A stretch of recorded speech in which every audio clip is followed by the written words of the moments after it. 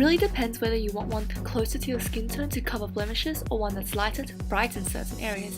I like this one by Hourglass because of the high coverage, and I use it to brighten, so the shade or two lighter.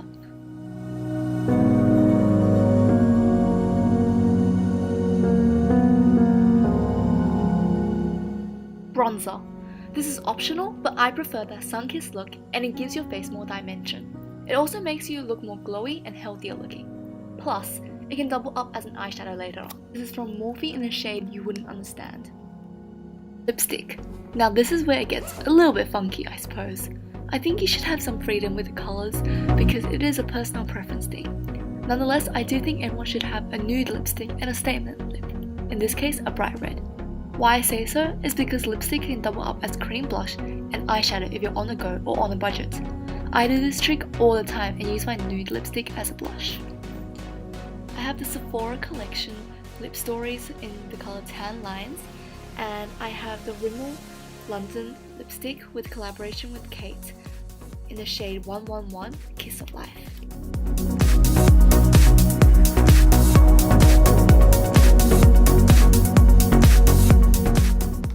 Highlighter. They do seem excessive, but I think they bring shine and dimension back to your face. I've included a blush highlighter duo in case you're not a big fan of cream blushes. Blush and highlight are essential in my everyday beauty routine.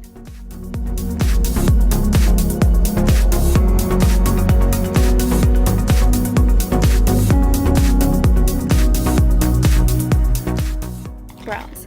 I have a fine brow pencil included because in this day and age, eyebrows are just something you can't leave the house without. The tip is nice and sharp so I can imitate brow hairs and just fill my brows out in general. It's personal preference whether you want a brow pencil or pomade, but for beginners, I advise a pencil. It's just easy to use and travel with because you don't need an extra brush. Mascara. There's a lot of freedom with mascara, but I have one that is on the voluminous side and it's dark brown. This is so that I can use it as a brow gel when traveling or on the run.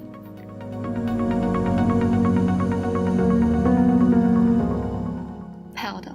This is to set the face for all the cream products or just to use as a foundation to even out the skin on a light makeup day.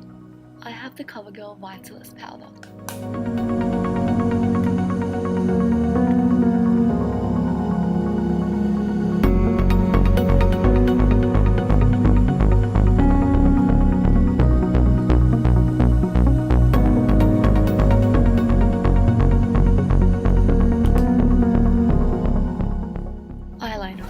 This is completely optional, but for eyeliner lovers out there, you should definitely include one, but otherwise, you don't need it.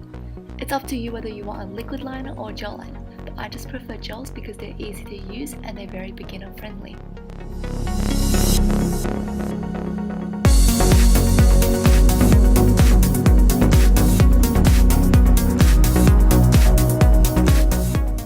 Lip balm.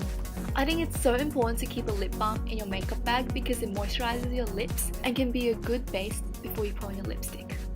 Now you have some freedom. I think you should either have a kabuki brush or a sponge. This is so you can blend out your cream products such as your foundation, concealer, or your blush, bronzer, etc. Angled cheek brush. This is for use applying the cheek products such as bronzer, blush, or highlighter, or even a quick sweep on the eyes. A tapered brush. This is for applying your highlighter or even setting the under eyes. I do think it is essential to have an eyelash curler whether or not you apply mascara often. Finally, a tapered eye brush for applying your eyeshadow.